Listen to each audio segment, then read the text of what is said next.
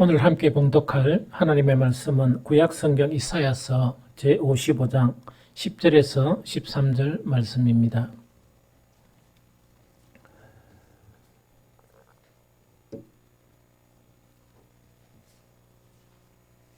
우리 함께 읽도록 하겠습니다. 이는 비와 눈이 하늘로부터 내려서 거리로 되돌아가지 아니하고 땅을 적셔서 소출이 나게 하며 파종하는 자에게는 종자를 주며 먹는 자에게는 양식을 준과 같이 내 입에서 나가는 말도 이와 같이 헛되이 내게로 되돌아오지 아니하고 나의 기뻐하는 뜻을 이루며 내가 보낸 일에 형통함이니라. 너희는 기쁨으로 나아가며 평안히 인도함을 받을 것이요 산들과 언덕들이 너희 앞에서 노래를 바라고 들의 모든 나무가 손뼉을 칠 것이며 잣나무는 가시나무를 대신하여 나며 화석류는 찔레를 대신하여 날 것이라. 이것이 여호와의 기념이 되며 영영한 표정이 되어 끊어지지 아니하리라. 오늘 우리 이사야서 중에서 그 55장에 있는 말씀을 이 본문으로 가지고 이 말씀을 나누게 되는데, 그 이사야 선지자는, 성경의 이사야 선지자는 언제 선지자인가 하니까 남쪽 유다가 이 멸망하기 전에 한 100년 전에 이 예언가였었어요. 그래서 100년 전에 그런 예언가였는데 이사야서는 전체로 66장 이렇게 방대하게 이루어져 있죠. 그런데 이거를 갖다가 간략하게 보면 어디에 있는가 하니까 1장부터 약 35장까지는 어떤 내용을 다루고 있는가 하니까 남쪽 유다와 그 다음에 주변 모든 국가들 있죠. 그 국가들 자체가 앞으로 여호와의 그런 심판을 받게 된다 하는 그것을 예언하는 거예요. 그래서 특히 이 이사야 선지자의 전반부 있죠. 이것을 읽어보면 뭐가 강조되어 있는가 하니까 남쪽 유다에 대한 예언은 그래도 짧고 주변국에 대한 그런 예언이 있죠. 하나님의 심판 자체에 대한 그런 예언은 상당히 긴 내용이에요.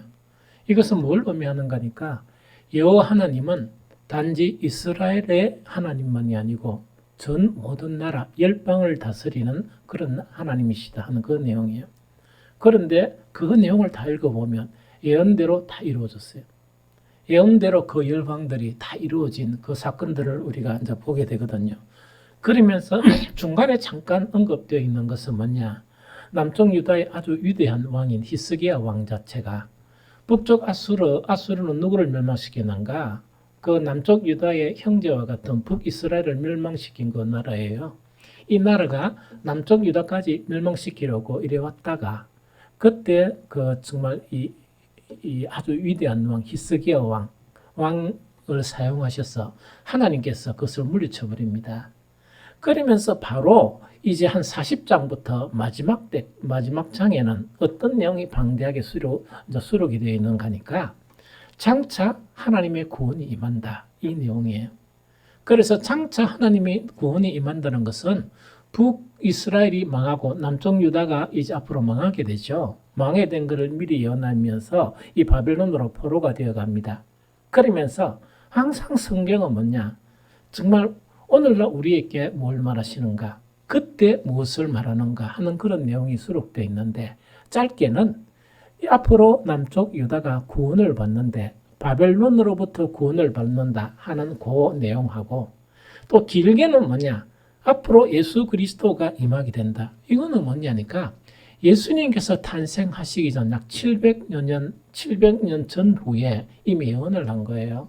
예언을 하면서 이 이사야서에서 보면 너무나 상세히 예수님에 대해서, 앞으로 오실 예수님에 대해서 이 수백 년 전에 이미 이 예언을 이렇게 합니다. 그러면서 정말 앞으로 예수 그리스도를 통해서 어떤 구원이 일어날 것이냐 하는 그 문제를 이렇게 다루고 있는 게 이 후반부의 그런 이 내용이에요. 그래서 모든 성경 자체는 뭐냐? 우리 범죄에 대한 하나님의 책망과 하나님의 심판.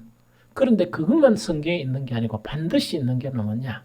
앞으로 그렇지만 그럼에도 불구하고 너희를 이렇게 구원할 것이다 하는 그런 내용이 구약 모든 그런 이 선지서에 대한 이 내용 자체가 구성 자체가 그런 구성이 되어 있는 그런 부분입니다.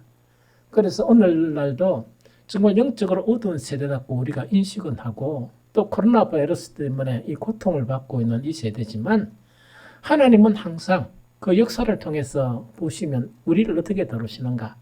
항상 죄에 대해서는 심판을 하시지만 항상 우리에게 무엇을 주시나 구원에 대한 희망과 구원에 대한 메시지를 주는 것이 모든 구약 성경에 나타난 정말 하나님의 그런 말씀이에요.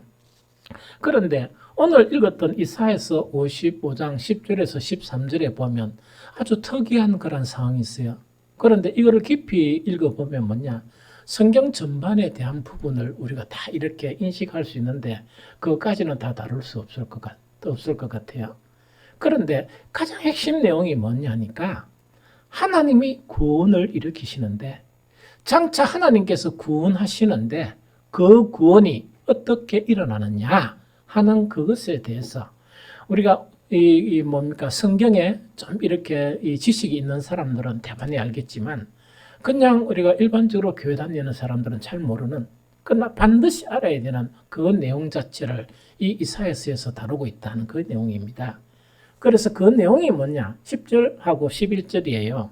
이 10절 11절인데 다시 읽어보면 뭐냐 이야기입니다. 이는이라는 건 하나님의 놀라운 구원. 그리고 특히 이사야서 55장은 어떤 내용인가 하니까 그 이스라엘에 대해서 혹은 만방에 대해서 하나님은 이렇게 구원자를 보내서 구원을 일으키시는데 너희들을 초청한다는 내용입니다. 너희들 모든 만민들을 구원으로 초청한다는 그 내용이 이사야 55장이에요. 그래서 초청하는데 구원을 위해서 아무 돈도 필요 없고 아무것도 필요 없고 그저 구원을 얻을 수 있는 것이다 하는 것이 이사야 55장에 이렇게 기록되면서 그 구원 자체가 어떻게 일어났냐 하는 그 문제를 다루고 있는데 이건 아주 중요해요. 이것을 완벽하게 이해하면 예수 그리스도가 누구신가 그에 대한 이해도 우리가 이렇게 잘 이해를 할 수 있습니다.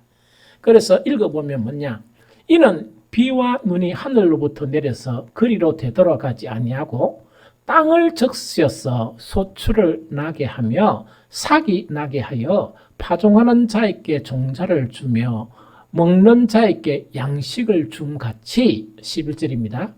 내 입에서 나가는 말도 이와 같이 헛되이 내게로 되돌아오지 아니하고 나의 기뻐하는 뜻을 이루며 내가 보낸 일에 형통함이니라 이렇게 되어 있습니다. 이거 무슨 말이겠죠? 그럼 이거는 좀 뭐냐니까 이제 이사야서 55장은 장차 예수 그리스도께서 이 땅에 오시면 이 세상 모든 만민들 자 이거를 이렇게 생각하면 됩니다. 이사야서 전반 부분에 남쪽 유다와 그 주변 모든 모든 나라에 대해서 하나님은 심판을 이야기했죠. 그러면 구원 자체를 이야기하면서 이스라엘뿐만 아니고 열방 모든 나라에 대해서 이사야서 55장은 구원으로 초청한다는 이야기입니다. 그래서 오늘날 딱 보면 이 복음 자체가 온 세계 만방에 퍼져 있는 것을 이야기하죠. 민족이 문제가 아니고 또 어떤 사람이 문제가 아니고 누구든지 정말 이 구원의 초청에 올 수 있는 그런 문이 다 열려있는 그와 같은 내용이에요. 그런데 이 구원 자체가 어떻게 이루어지나 그거 지금 이야기하는 거예요. 이 구원은 어떻게 이루어지는가 하니까 자 봅니다. 하늘에 비가 내려오면 그 비가 다시 이렇게 뭡니까 수증기가 되어서 하늘로 올라가 버린 게 아니고 비가 내리면 왜 됩니까? 새순이 돋게 하고 정말 나무가 자라게 하고 꽃이 피게 하고 열매가 맺게 하죠. 또 다시 씨를 주는 이 일을 함과 같이 내 입에서 나가는 이 말, 이 내 입에서 나가는 이 말은 어떤 말입니까? 여호와 하나님의 말씀은 절대로 헛되이 되돌아오지 않는다 하는 그 이야기입니다. 헛되이 되돌아오지 아니하고 뭐라고요? 정말 나의 기뻐하는 뜻을 이루며 내가 보낸 일에 형통함이니라 이렇게 되어 있습니다.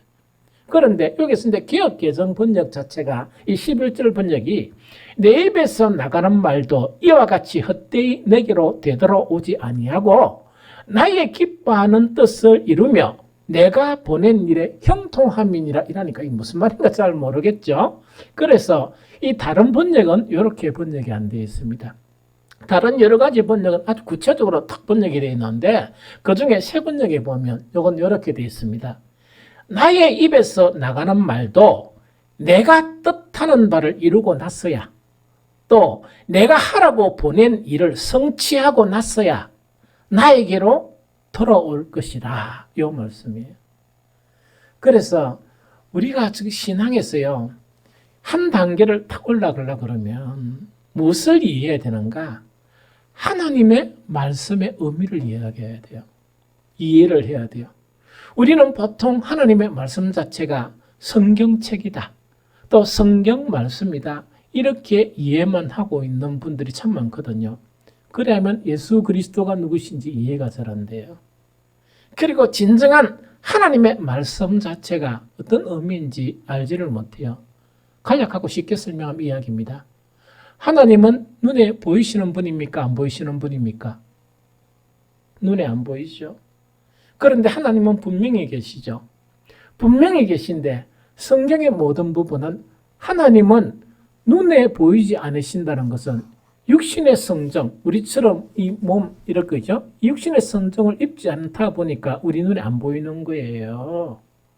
그래서 하나님은 무엇이다? 영이시다고 이야기하는데 이 영이 그냥 영이 아니고 이 하나님은 뭐냐? 우리와 동일하게 무엇을 가지신? 인격을 가지신 로고스시다 하는 그 이야기입니다. 그게 요한복음 1장이에요. 그래서 태초에 말씀이 계셨는데 이 말씀은 하나님과 함께 계셨으니 이 말씀은 곧 누구시라? 하나님이시라 하는 그 이야기입니다. 그래서 이렇게 이제 이해되면 요 이야기가 이해되는 거예요. 내 입에서 나가는 그 말이라는 것은 우리 사람들이 이해하기 쉽게 이야기하는 거예요. 우리는 말이 무엇에서부터 나옵니까? 여러분들이 귀를 통해서 말이 나옵니까? 눈을 통해서 나옵니까? 입에서 나오죠. 그렇게 이해하기 쉽게 내 입에서 나가는 모든 말이지만 실상 자체는 이 말씀은 곧 무엇이라? 하나님이시라. 이 말씀은 바로 하나님의 존재이시고 이 말씀은 곧 하나님이시다는 그 이야기입니다. 그래서 여기서 뭐라고 이야기하느냐? 내 입에서 나가는 말도 이와 같이 헛되이 돌아오지 않냐고 무엇을 이룬다? 하나님의 뜻을 이루고 하나님이 하라고 한 그 일 자체가 무엇을 통해서 이루어진다? 말을 통해서, 즉 여호와 하나님의 말씀을 통해서 이루어진다. 그 이야기입니다. 이 무슨 말인지 좀 알겠죠? 그래서 저건 어떻게든 간에 우리 모두를 구원으로 초대하는데 이 구원 자체가 어떻게 이루어지느냐 항방편을 이야기하면서 무엇을 통해서 이루어진다? 여호와의 입에서 나오는 무엇을 통해서? 말씀을 통해서 이루어진다 하는 그 이야기입니다. 이거 무슨 말이겠죠? 여호와 입에서 나가는 말씀을 통해서 이루어진다는 그 이야기입니다. 그러면 실제로 구원 자체가 어떻게 형성되나? 말씀이 아니고는 우리는 구원이 형성되지 않습니다. 구원이 형성되지 않아요. 그래서 아주 중요한 그런 내용이라는 그 내용이죠. 그러면은 오늘 이 본문을 통해서 뭐냐? 자, 이 봅니다. 하나님의 말씀이 이렇게 이 입술을 통해서 나갔죠. 우리는 아주 편리한 세대에 살고 있어요. 그 하나님의 말씀 자체가 무엇으로 되어 있습니까? 성경책이란 이 성경에 기록이 되어 있는 거예요. 그래서 언제라도 우리는 이 말씀을 가까이 할 수 있습니다. 또 뿐만 아니죠. 오늘날은 얼마나 이렇게 편리한 세대입니까? 일주일에 한 번씩 뭐냐? 이 목사가 또 고민한다는 것은 딴 내용이 아니고 어떻게 하면 여러분들에게 쉽게 하나님의 말씀을 설명을 할까? 어떻게 하면 여러분들이 하나님을 믿을 수 있도록 할까 하는 그 고민이에요. 이게 무슨 말이겠죠? 그래서 그걸 고민하면서 주일떡 되면 정말 어떤가 하면 최선을 다해서 여러분들이 가장 이해하기 쉽게 이 말씀을 풀어서 설명해 주는 거예요. 그런데 이것만 합니까? 또 여러분들이 시간만 나면 뭡니까? 수요일 날이나 금요일 날 같은 경우는 또 쉽게 이렇게 풀어서 설명해 주죠. 그래서 오늘날에는 뭐냐? 오늘날 이 시대는 구약 시대뿐만 아니고 신약 시대 자체도 뭐냐니까 정말 없었던 이야기만 듣던 이 성경책에 기록되지 않고 이야기만 듣던 그런 시대에 살고 있었는데 여러분들은 얼마나 복되게 살고 있느냐는 이야기죠. 늘 말씀을 가까이 할 수 있는 그런 시대다 하는 그 이야기죠. 이사야서에서 오늘 본문에서 뭘 이야기하는 거니까 하나님의 입에 나오는 이 말씀 자체가 하나님이 하라고 하는 일이 신비하게 우리 안에서 이루어지고 또 하나님의 목적 자체가 이루어지면 어떤 현상이 일어나는가 그부터 설명하고 있어요. 놀랍죠? 그걸 설명하고 있는데 그것 자체가 어떻게 표현되고 있는가 이건 반드시 알아야 돼요. 왜 알아야 되는가니까 하나님의 그런 구원의 초대를 받았죠? 초대를 받았으면 우리가 구원의 실질적인 그런 일들 자체는 무엇을 통해서 이루어진다? 여호와의 입에서 나오는 무엇을 통해서? 말씀을 통해서 이루어진다는 그 이야기죠. 자, 그러면은 뭐냐? 오늘날 이 땅에 11시 예배를 드리는 그 분들이 아마 그 자세히는 알 수 없지만 최소한 수백만 명 이상 말씀을 들을 거예요. 수백만 명 이상 말씀을 들을 거예요. 그 다음에 그 양반들, 그 분들만 있는 게 아니고 이상하게 또 전하는 우리 정통교회에서는 이단이라고 이야기하는 그런 집단들이 또 서로 많을 거예요. 뭐 수백만은 안 되지만 뭐 수십만 정도는 하면 안 되겠느냐 하는 그런 생각이 듭니다. 그런데 이제 신기한 현상 자체가 뭐냐? 이 말씀을 들으면 다 구원이 될까요? 안 그러면 구원이 안 될 수도 있고 될 수도 있겠습니까? 그냥 여러분들은 그냥 구원이 다 됩니다. 이라는 게 좋습니다. 그래 마음이 편해서. 그러나 목사는 보니까 아이고 그거는 좀 오해일 겁니다. 막 이런 생각이 들죠. 그런데 오늘 이사야 말씀이 왜 중요한가니까 그 하나님의 입에서 나오는 말씀 자체가 하나님의 이 뜻을 이루고 하나님이 이거는 그 말씀을 명령하는 거예요. 내 입에 나가는 이 말아, 요 일을 반드시 이루어라. 너무 재밌죠? 그럼 그런 일이 우리에게 일어나죠. 일어나면 일어나는 현상 자체를 이미 이사야 선지자는 예언을 하고 있는 거예요. 이 무슨 말이겠죠? 어떤 일이 일어날 것인가 그걸 예언하는 거예요. 그래서 그것부터 먼저 살펴보는 게 아주 좋겠다. 그러면은 뭐냐? 자 봅니다. 어떤 간에 이 말씀을 듣고 우리가 신앙생활 하면서 이렇게 성경에서 예언되어 있는 그 내용들이 조금이라도 우리 속에 나타나면 희미하게라도 나타나면 여러분들은 무엇을 확인할 수 있습니까? 오늘 죽어도 나는 무엇을 받았다? 그렇죠. 오늘 죽어도 나는 구원을 받았다. 누가 미혹하고 어느 누가 이렇게 뭡니까? 이렇게 이야기해도 나는 확실히 구원을 받았다는 그걸 알 수 있는 거예요. 그래서 이거부터 먼저 이 설명을 하면 그게 12절 13절이에요. 12절 13절 읽을게요. 너희는 기쁨으로 나아가며 평안히 인도함을 받을 것이요 산들과 언덕들이 너희 앞에서 노래를 바라고 들의 모든 나무가 손뼉을 칠 것이며 잣나무는 가시나무를 대신하여 나며 화석류는 찔레를 대신하여 날 것이라. 이것이 여호와의 기념이 되며 영영한 표정이 되어 끊어지지 아니하리라. 얼마나 이 소중한 말씀입니까? 마지막에 이것이 영영한 표정이 된다는 것은 뭐냐? 하나님이 우리를 구원으로 초청했는데 구원이 이루어지면 그 구원의 표정이 이런 현상들을 경험하게 된다는 그 이야기죠. 또 그것뿐만 아니고 이 표정이 어떤 시대에는 있다가 어떤 시대는 없어지는 게 아니고 다시 예수 그리스도께서 재림하실 때까지 영원히 각 세대마다 하나님의 말씀이 역사하시는 곳에 이런 표정이 일어난다는 이야기죠. 이런 증거가 일어난다는 이야기죠. 이건 무슨 말인지 좀 알겠죠? 그러면 다시 이것도 읽을게요. 너무 중요한 게 하나님의 말씀이 우리 속에 임하게 되면 어떤 일이 일어나는가? 너희는 기쁨으로 나아가며 평안히 인도함을 받을 것이요 산들과 언덕들이 너희 앞에서 노래를 바라고 들의 모든 나무가 손뼉을 칠 것이며 잣나무는 가시나무를 대신하여 나며 화석류는 찔레를 대신하여 날 것이라. 이것이 여호와의 기념이 되며 영영한 표정이 되어 끊어지지 아니하리라 하는 요 이야기입니다. 그러면 여기서 나타나는 현상 자체를 세 가지로 분류를 할 수 있습니다. 분류를 해서 쉽게 설명할게요. 제일 첫 번째 보면 뭐냐니까 정말 말씀 자체가 우리 속에 역사하게 되면 우리는 어떻게 된다고? 기쁨으로 나아가며 이래 돼 있죠. 그럼 표현을 왜 기쁨으로 나아간다 하는 그 표현을 했을까? 그럼 이거를 갖다가 기쁨으로 나아간다 첫 번째 자체가 뭐냐? 우리 속에서 하나님의 말씀이 역사를 하면 내가 알 수 없는 기쁨이 나에게 임한다. 그렇게 생각하면 돼요. 내가 도저히 경험하지 않았던 기쁨이 누구에게 임한다? 나에게 임한다 하는 그 경험이에요.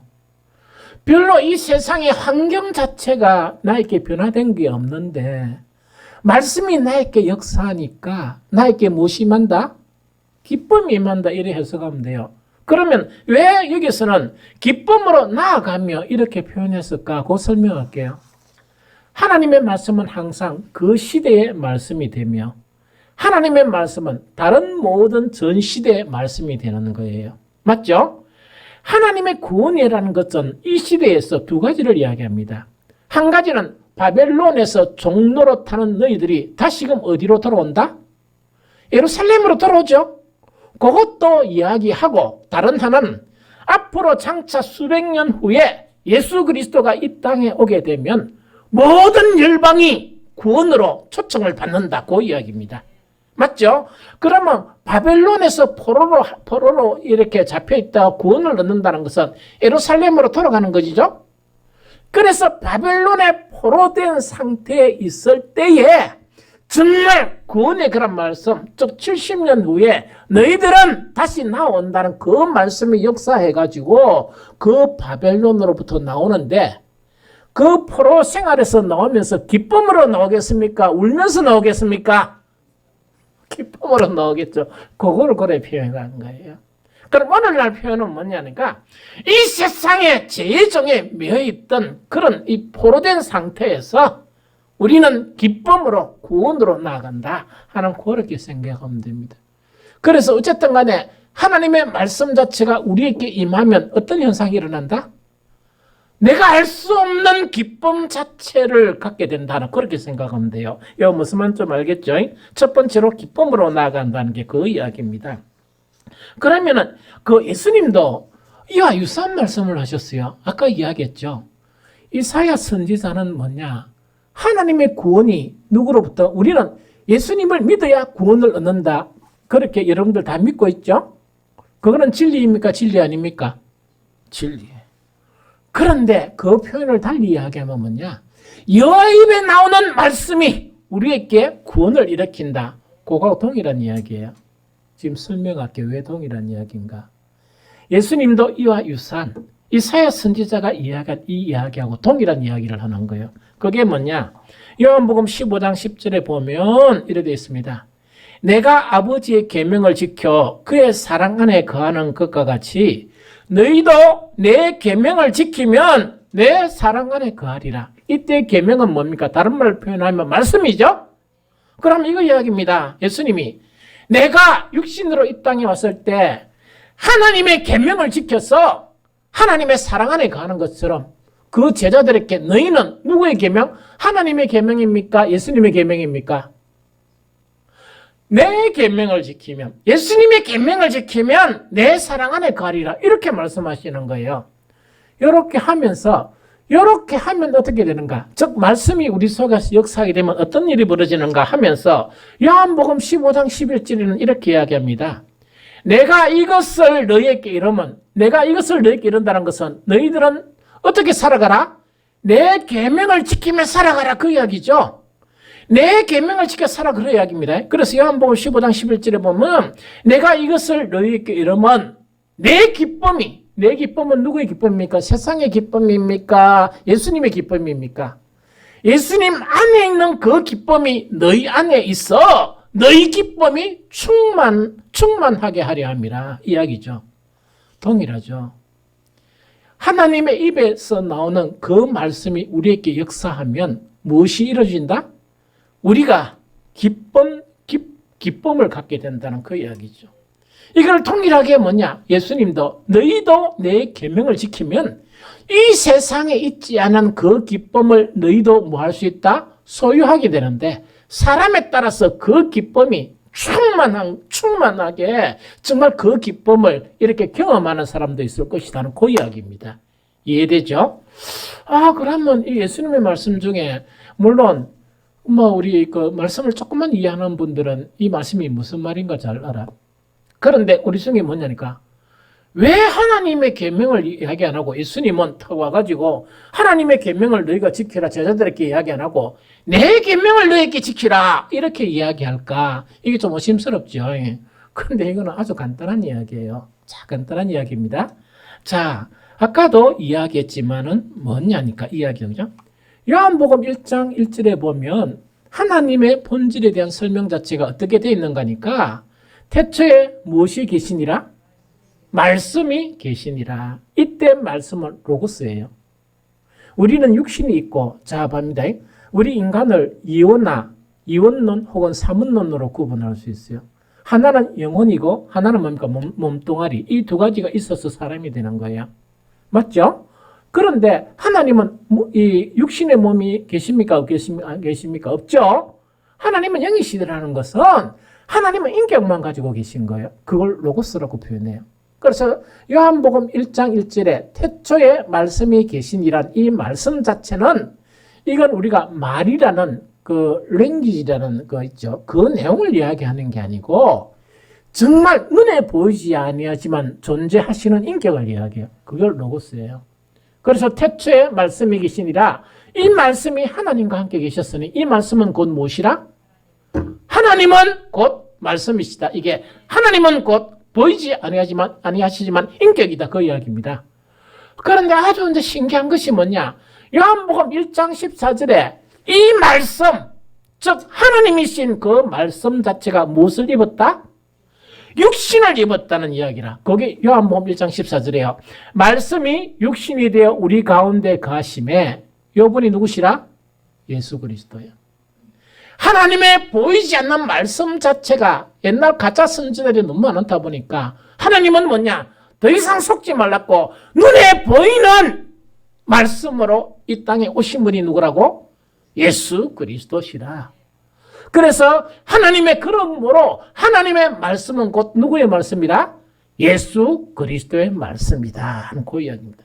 이해가 되죠? 그래서 요거를 이제 이해가 되거든요.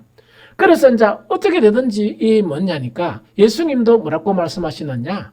말씀이 너희 속에 임하게 되면 너희가 이 세상에서 경험하지 못한 기쁨을 가지게 될 것이다. 그거 이야기합니다.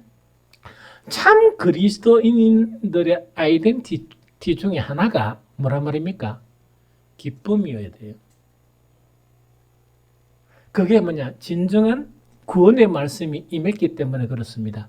그래서 앞으로 여러분들 집에서도 뭐냐? 아이들이 어쩔 수 없지만 부부들이 탁 얼굴 보면서 찡그리고 이러면 뭔가 이게 꼭 이야기합니다. 밖에 좀 나갔다고 올래요? 이런 거 있죠. 우리 가정은 이 뭐라고? 주님의 믿음의 가정이니까 밖에 좀 나갔다가 오라고. 기쁜 얼굴로. 또 그래 싸우지 말고. 왜 됐든 간에 그 하나님의 말씀이 우리에게 임하게 되면 우리가 나타나는 현상이 뭐냐? 이 세상 재미있는 즐거움, 기쁨 그게 아닌 예수 그리스도 안에 있는 그 기쁨을 소유하게 된다는 그 이야기입니다. 이것이 구원의 증거고 표징이다 하는 그거를 이야기합니다. 이걸 갖다가 그 구약 성경에도 한번 살펴볼까요? 참 재밌습니다. 자, 구약 성경 잠언서에 보면은 어떻게 하는가 하니까 이 말씀 자체를 어떻게 풀이하느냐? 말씀 자체를 아까 말씀은 로고스라 그랬죠? 로고스 안에는 뭐가 들어있습니까? 지혜와 지식이 로고스 안에 있습니까? 없습니까? 있죠. 그래서 잠언은 어떻게 풀이했느냐? 그 말씀 자체 안에 있는 지혜와 지식이 우리 속에 임하게 되면 어떤 현상이 일어나는가 그걸 설명하는 거예요. 그러면서 잠언서에 보면 잠언 2장 10절에 보면 이렇게 표현하고 있어요. 곧 지혜가 네 마음에 들어가며 지식이 네 영혼을 즐겁게 할 것이요. 이야기입니다. 자, 이건 무슨 말인가 이야기되죠. 자, 하나님의 지혜와 하나님의 지식이 말씀을 통해서 우리 속에 임하게 되면 뭐냐니까, 나는 무지 속에 있었는데 나는 그 기쁨을 알지 못하는, 인식하지 못하는 그런 사람이었는데, 무엇을 인식할 수 있는? 기쁨을 인식할 수 있는 지혜와 총명이 나에게 생기게 되었어. 그 기쁨을 얻을 수 있다는 그 이야기입니다. 우리에게 있어서 타락한 지식, 타락한 지혜만 있으면 본론적인 기쁨 자체에 대한 맛을 몰라요. 그게 세상 사람들이. 그래서 세상 사람들은 늘 뭡니까? 싸우고 늘 침울하고 이렇게 살아가는 거예요. 그리스도인들은 왜 기뻤냐? 이 세상 사람들은 회복하지 않아서 그 기쁨에 대한 맛을 못 보는데, 하나님께서 말씀을 통해서 우리를 회복시키면서 그 맛을 회복시키는 거예요. 이게 무슨 말이겠죠? 그래서 잠언서에서는 뭐라고 이야기하는가? 정말 그 지혜가 네 마음에 들어가며 지식이 네 영혼을 어떻게 한다고? 즐겁게 해준다. 우리 이걸 경험해야 돼요. 우리가 살아가면서 이걸 못 경험하면 얼마나 불행한 그리스도인입니까? 또 오늘 이사야서 55장도 동일하게 이야기하고 있습니다. 이사야서 55장 2절 하반절, 3절 전반절에 보면 이래 되어 있습니다. 내게 듣고 들을지어다. 듣고 듣는다는 것은 무엇을 듣는다? 여호와의 입에 말씀을 듣는다는 거예요. 내게 듣고 들을지어다. 그리하면 어떤 현상이 있는가? 너희가 좋은 것을 먹을 것이며 너희 자신들이 기름진 것으로 즐거움을 얻으리라. 너희는 귀를 기울이고 내게 나와 들으라. 그리하면 너희 영혼이 살리라. 이렇게 있습니다. 자, 이거는 뭐냐? 우리 기쁨이 충만한데 이 이사야서 55장 2절에서 3절은 상세하게 설명하는 거예요. 죄인들은 다 육신의 그런 성정인 혼은 살아있지만 뭐가 그 죽은 사람이라? 영이 죽은 사람이에요. 그래서 기쁨도 모르고 아무것도 모르고 살아가는 거예요. 하나님의 말씀이 임하게 되면 우리의 영혼이 살아서 오해되는 거니까, 그 말씀이 뭐냐니까, 여러분들 그 갈비 중에서 억수로 맛있는 갈비 한번 먹어봤어요? 안 먹어봤구나. 기름이 잘잘 흐르고 그게 뭐야, 고기를 먹으면서 입에 살살 녹는다는 거 처음 해봤어요?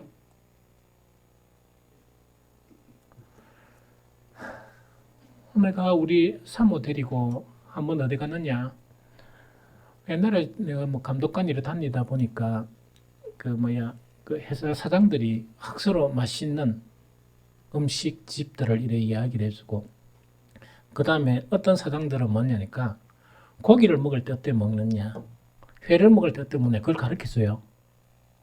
그래서 내가 횟집에 가서도 맛있는 부위는 딴 사람 안 주고 우리 사모를 해가 하나씩 줍니다. 이렇게 씹어봐라 이렇게. 그래서 그래 하거든요. 근데 이제 그 고기가 살살 녹는다는 걸 못 느낀 거는 뭐냐니까, 이게 또 들어가면 그 비싼 고기 있죠, 굽는데 다 태워버리는 거야. 방점이야. 그래가는 맛을 몰라요. 어쩌는 거니까 생고기는 오죠, 불판 있죠, 탁 나면 그 조금 그거 되죠, 한번 비비고 그 다음에 어디 넣어야 돼요? 소금하고 찍어 입에 넣으면 살살 녹아요.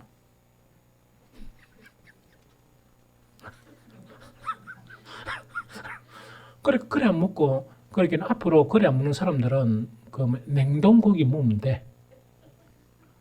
그 생고기는 사택에 갖다 주고, 냉동고기 맨날 얘기네. 냉동고기나 생고기도 그러면 똑같은 고기가 돼. 이게 무슨 말이겠지? 그러니까 딱에 찌직하고 난 다음에 태하지 말고 탁에 갖다 찌직하죠. 안에 피가 좀 이래 고여 있으면 그걸 갖다 톡 찍어 먹으면 돼. 이거 어디 잘하는 거니까, 그 충청도 가면 당진에 가면 서진건설이라고 있어요. 그는 가면 한 번씩 식사 대접을 해줘. 그런데 내를 대접해줘가 저거 회식 자리야. 근데 나도 처음에 몰랐는데 왜 되는 거니까, 나는 고기 어느 정도 굽어 먹으려고 그러는데 생고기 씹어놨고 나는 젓가락 가락하니 저거 다 못 봐. 갈락하면 아무것도 안 하거든. 왜 하는 거니까? 모두 다 짝짝 탁 넣어보여. 짝짝 넣어보여. 그래서 배고파서 안 돼가지고 나도 막 짝짝한 물론 탁 넣고. 무슨 좀 알겠죠? 왜 했던 간에 뭐냐니까. 말씀 안에 있는 그런 지혜, 우리가 알지 못했던 그런 지혜나 말씀 안에 있는 정말 그런 지식 자체가 우리 속에 들어오면 우리가 기쁨을 아는 거예요. 많은 사람들이요, 참 불행한 게 살아가면서 딱 보면 정말 감사할 거리 많은데 감사를 못하는 사람, 병든 사람이에요. 기뻐할 일이 너무 많은데 기뻐할 줄 모르는 사람. 그 사람들은 절대로 어디 가더라도 치유가 안 됩니다. 하나님의 말씀 속에 있는 지혜와 지식이 들어가야 치유가 됩니다. 이게 무슨 말이겠죠? 여러분들 한 번씩은 내가 아침에나 기도를 딱 하면 되뇌는 게 있어. 되뇌는 게 뭐냐? 주님, 내가 그래도 주의 종인데 감사가 메마르면 됩니까? 은혜의 깨달음이 메마르면 됩니까? 하면서 계속 주님이요, 이것이 풍성하게 해달라 이렇게요. 그래 하면 오히려 가니까 어떤 데는 몸이 찌부덕하게 이 새벽에 기도하러 나오더라도 뭐냐니까 너무 감사할 게 너무 많아요. 너무 하나님의 은혜가 내한테 너무 이렇게 벅찬 거야. 이게 무슨 말인지 좀 알겠죠? 그래서 우리가 이런 인식이 없어서 불행한 경우가 너무나 많다 하는 그거를 이야기합니다. 이 이야기가 좀 길었다, 그죠? 그래서 어쨌든 간에 이런 이 하나님의 구원 속에서 이 기쁨은요, 모든 구원받은 성도들의 표징이에요. 표징이에요. 그래서 기쁨을 느끼지 못하면 이래 생각해야 돼요. 환경이 안 돼서 그렇다 게 아니고 나에게 하나님의 말씀 자체가 풍성하지 못해서 나는 이렇게 불평이 많고 힘들구나. 그래 생각하면 돼요. 좀 이해가 되죠? 그러면 두 번째는 이제 신약에서도 신약은 조금 고만하고 두 번째 나타나는 현상이 뭐냐? 아까 읽었던 내용 자체가 뭐냐니까 너희는 기쁨으로 나아가며 평안히 인도함을 받을 것이다. 요 이야기죠. 여기도 두 번째 일어나는 현상이 평안이 임해요. 평안이 임한다는 거라. 오늘 예배 참석하면서 가장 마음이 기뻤던 게 뭐냐니까 첫 하나님 찬양 드리는 게 뭐냐? 그 옛날 우리 많이 불렀던 건데 평안을 너에게 주노라 그 부르니까 너무 은혜스러운 거야. 그래서 야, 이 친구들이 이 목사가 뭘 설교하는지 아는가 보다 이런 거 있죠. 그런 게 확인이 되면 참 편안해. 그게 평강이에요. 평강, 편안. 그러면 여기서도 왜 편안히 인도함을 받을 것이다 요 이야기를 했느냐. 하나님의 말씀은 그 시대의 말씀이고 또 모든 시대의 말씀이라 그랬죠. 바벨론에서 이제 포로 생활하다가 수천이나 되는 자기 고향으로 이게 뭡니까? 와야 되는 거야. 와야 되려면 도덕이 있겠습니까? 없겠습니까? 도덕도 있고 여러 가지 위험들이 기다리고 있겠죠. 그런데 이사야스가 그 시대의 사람들을 이야기하면서 뭐라고? 너희가 바벨론에서 나와서 예루살렘으로 오기 전까지 편안 가운데 인도함을 받을 것이다. 그 이야기입니다. 그러니까 우리는 이걸 어떻게 생각하면 되는가? 우리는 이 세상 속에 살고 있으면서 우리는 어떤 여정입니까? 물론 이 땅에 살면서도 하나님의 나라를 경험하지만 우리는 어디로 가? 천국 가는 그런 여정이죠. 편안하게 천국 가는 여정으로까지 우리는 인도를 받는다. 그렇게 생각하면 돼요. 그래서 두 번째, 하나님의 말씀이 역사를 하게 되면 뭐가 임한다? 이 세상이 줄 수 없는 평안이 나를 사로잡는 거예요. 나를 사로잡는다 하는 이 현상이 요 현상이에요. 오늘 이거를요 좀 그냥 평안이라 하니까 느낌, 기분 이래 생각하는 경우가 참 많아요. 그런데 여기서 평안이란 거는 그것만이 아니다 하는 것을 좀 이야기할게요. 그게 뭐냐? 이 여호수아가 경험한 일이에요. 여호수아에게 하나님께서 말씀이 임하는 거야. 이게 뭐냐? 모세는 뭡니까? 이 요단강이 있으면 거기서 못 넘어갑니다. 못 넘어오고 누가 지도자가 되어서 이끌어갑니까? 여호수아가 지도자가 되어서 이끌어가. 그런데 이 그 땅 자체가 빈 땅이었습니까? 사람들이 다른 민족들이 살고 있습니까? 살고 있죠. 하나님이 명한 거는 뭐냐니까 그 사람들을 쫓아내고 차지하라 그랬습니까? 그냥 가가 앉아있으면 간다 이랬습니까? 그래요. 여호수아가 이제는 뭐냐? 이 모세가 강야를 인도한 것처럼 어떤 의미에서는 더 어려운 여정이 앞에 놓여 있는 거야. 뭐냐? 하루하루가 전쟁이죠. 그 땅을 차지한 사람들이 순순하게 땅을 내주겠습니까? 아니죠? 그러면 전쟁에서 그 땅을 얻어야 돼. 이겨야 돼. 맞죠? 그럴 때 여호수아에게 하신 여호와의 말씀이 어떤 말씀이냐? 그게 여호수아 1장 8절입니다.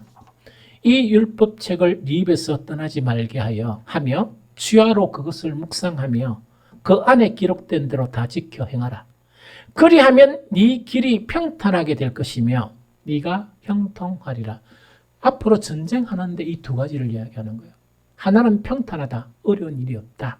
하나는 형통하다. 요거를 두 가지를 이야기하는 거예요. 그래서 여호수아는 100%는 아니지만 성공적으로 그 땅을 차지하고 분배를 다 해주는 거예요. 분배를 다 해주고 난 다음에 여호수아가 뭘 고백하는가 하니까 너희를 인도한 이것은 바로 여호와 하나님이다. 그래서 여호와 하나님만의 말씀을 따라야 한다. 그렇게 계속 설명하는 거예요. 그러니까 그 민족들이 여호수아 죽으니까 곧 배반하죠.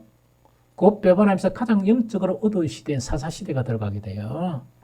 곧 배반합니다. 그걸 알면서 타짐을 하니까 여호수아 앞에는 뭐냐? 우리는 여호와의 말씀만을 따라 살 것이다. 그렇게 고백하는 거예요. 그런데 이 여호수아가 어떤 말을 남기는가? 오직 나와 네 집은 여호와를 섬기겠노라. 이건 무슨 말입니까? 너는 곧 누구를 배반한다? 여호와를 배반하겠지만 나와 네 집은 여호와만을 섬긴다 하는 그것을 고백하는 거예요. 이게 이제 여호수아 후반에 나타난 그런 부분입니다. 그래서 이때 그 평안이 인도한다는 것 자체는 심적인 평안 상태만 이야기하는 게 아니에요.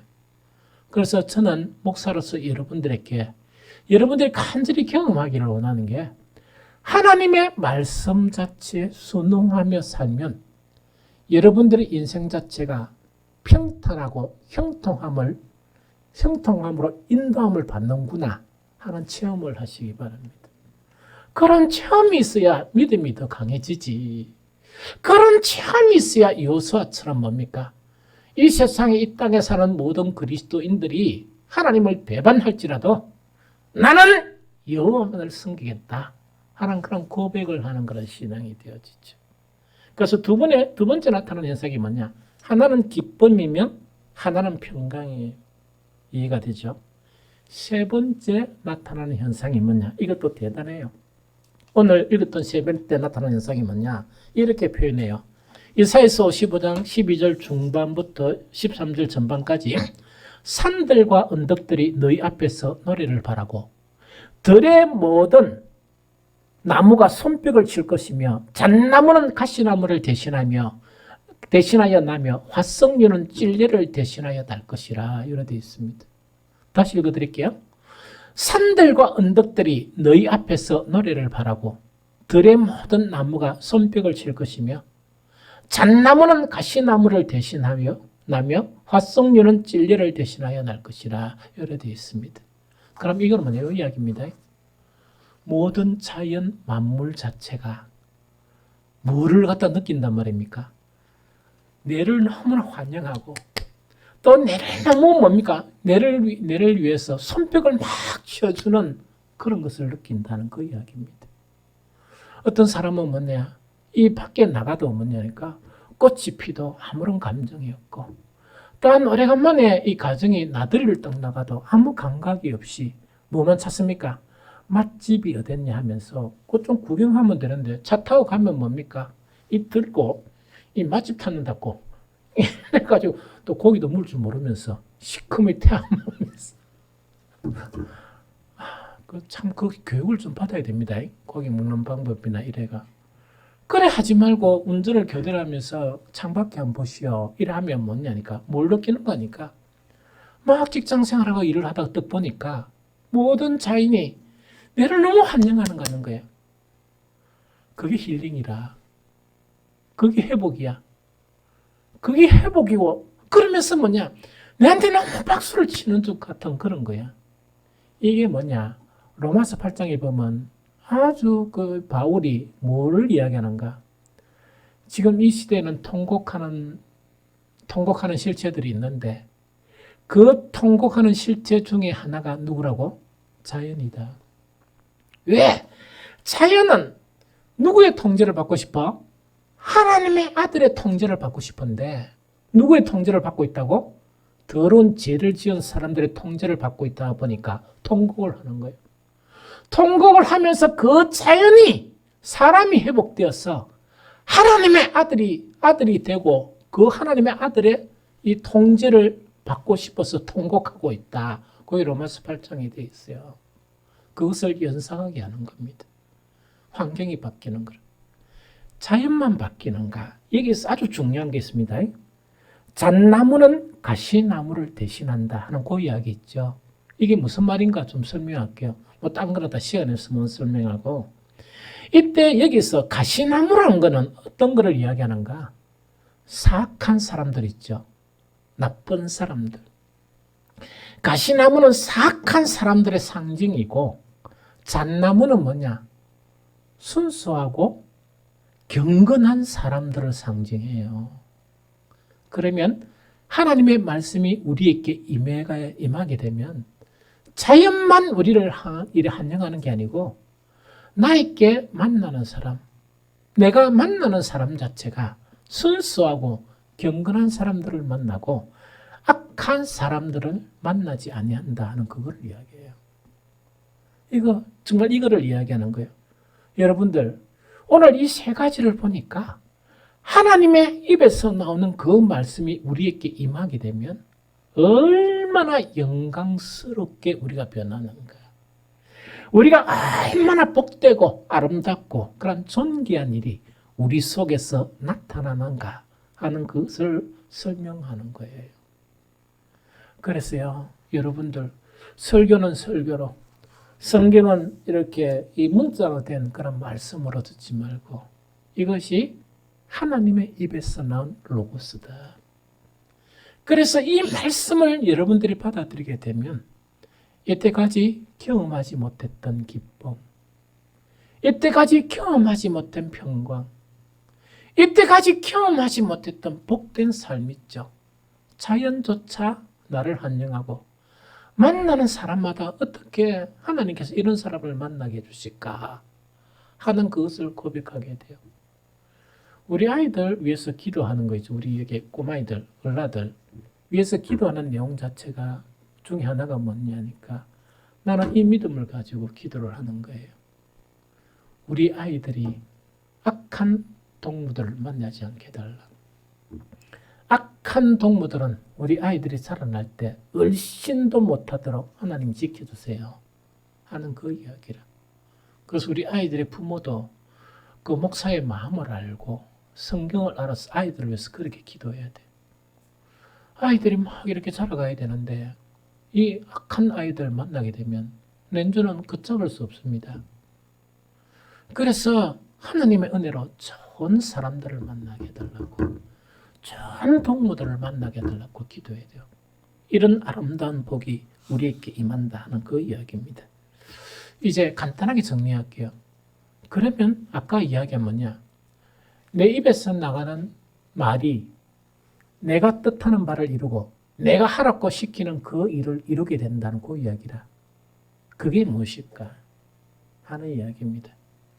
결론적으로 간단히 이야기할게요. 구원이에요. 하나님이 이 세상 모든 사람들에게 원하시는 한 가지 가장 본질적인 것은 뭐냐? 우리가 구원받는 거예요. 우리가 구원받는 거예요. 그래서 정말 하나님의 입술에서 나오는 그 말씀이 우리에게 구원을 일으킨다는 이야기입니다. 그래서 성경에 나타난 하나님의 말씀이 어떤 것이냐 그것만 살펴보고 이제 끝낼게요. 사도행전 13장 26절에 보면 어떻게 되어 있느냐. 형제들 아브라함의 후예와 너희 중에 하나님을 경외하는 사람들아, 그러면서 이 구원의 말씀을 우리에게 보내시거늘 이렇게 되어 있습니다. 하나님의 말씀은 어떤 말씀이라? 구원의 말씀. 이해됩니까? 그래서 하나님의 목적은 말씀을 통해서 이루고자 하는 것은 구원입니다. 이 말씀이 임하지 못하면 앞으로 일어날 일은 너무 끔찍합니다. 두 부부가 아무리 사랑하며 살아도 길이 갈려요. 한 사람은 천국으로, 한 사람은 지옥으로 가요. 내 사랑하는 자녀들이 아무리 사랑해도 믿음의 구원에 대한 믿음은 그 사람의 것이에요. 말씀이 역사가 일어나지 않으면 아무리 사랑하는 자녀들도 지옥 갑니다. 그래서 구원의 말씀이에요. 이해되죠? 그러면서 빌립보서 2장 16절은 뭐냐? 생명의 말씀을 밝혀 나의 다름질도 헛되지 아니하고 쭉쭉 이렇게 되어 있습니다. 말씀을 어떻게 표현하는가? 생명의 말씀이라 표현해요. 그러면 생명의 말씀이란 것은 뭐냐? 구원의 말씀의 다른 표현이에요.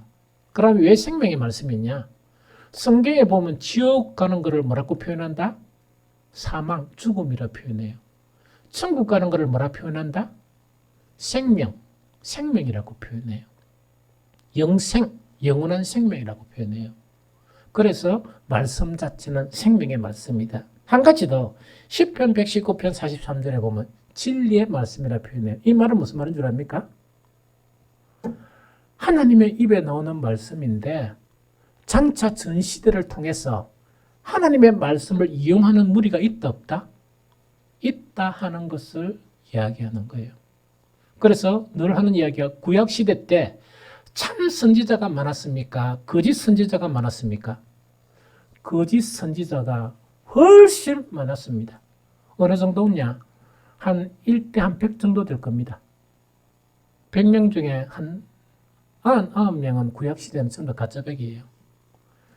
오늘날은 말을 못하겠고, 초기 교회에 거짓 선생이 많았겠습니까? 진짜 선생이 많았겠습니까? 성경 좀 읽어보소. 여기도 한 9대 1 정도 될 것이라 대충 비율을 이야기하면 거짓 선생들이 훨씬 많았습니다. 그래서 정말 이 진리의 말씀이란 것은 뭐냐? 하나님의 말씀을 하나님의 말씀대로 전하는 그것 자체가 중요하다 하는 것을 우리에게 설명해 주고 있는 거예요. 이해가 되죠? 이제 말씀을 맺도록 하겠습니다. 어쨌든 간에 여호와 하나님이 우리를 찾아오신 것 다름 아닌 우리의 구원입니다. 또 예수 그리스도를 이 땅에 보내신 것도 우리를 구원하기 위함입니다. 오늘 말씀에서 아주 중요한 교훈은 뭐냐? 그 구원은 무엇을 통해서 이루어진다? 여호와의 입에서 나오는 말씀을 통해서 우리에게 이루어지고 그 증거가 어떤 증거다? 이 세상이 갖지 못하는 기쁨을 갖게 되고 이 세상이 가지지 못하는 평안함을 갖게 되고 이 세상 사람들이 정말 경험하지 못한 자연이 우리를 환영하고 하나님께서 좋은 사람을 만나게 해주시는 그런 것들을 경험하게 한다 하는 것이 오늘 말씀의 요지입니다. 이제 오늘날요, 기독교가 암흑시대, 어둡다는 이야기가 딴 게 아니고 예배 참석 안 한다는 이야기가 아니고 기도 좀 적게 하겠죠. 안 한다는 이야기가 아니고 뭐냐? 말씀하고 멀어진다는 이야기예요. 말씀하고 멀어진다는 것은 뭐냐? 하나님하고 멀어지는 거예요. 하나님하고 멀어지는 거예요. 하나님하고 멀어져도 기도는 할 수 있습니다. 말씀하고 멀어지면 하나님하고 관계성이 끼어져 버립니다. 그래서 타락하고 어두운 세대가 되는 거예요. 오늘날 많은 하나님을 믿는다 하는 사람들이 사탄에 속았어. 하나님의 말씀과 점차 멀어져요. 그러다 보니까 이 옛날처럼, 옛날에 뭡니까? 가짜 선지자처럼, 또 신약 시대에 정말 거짓 선생들처럼 사람들의 길을 즐겁게 하는 그런 목자들이 많이 생겨요. 제가 깜짝 놀란 거는 뭐냐? 그런 학원들이 있어요. 여러분들 모르죠? 그거 가지고 돈을 버는 사람들이 있어요. 그렇게 설교 가르치는 사람들이 있어요. 내가 너무 충격을 받았습니다. 그런데 그게 많이 모여요. 그래서 말씀으로 돌아가는 저와 여러분들이 되었어. 정말 풍성한 구원을 노래하는 저와 여러분들이 되시기를 예수 그리스도 이름으로 축복합니다.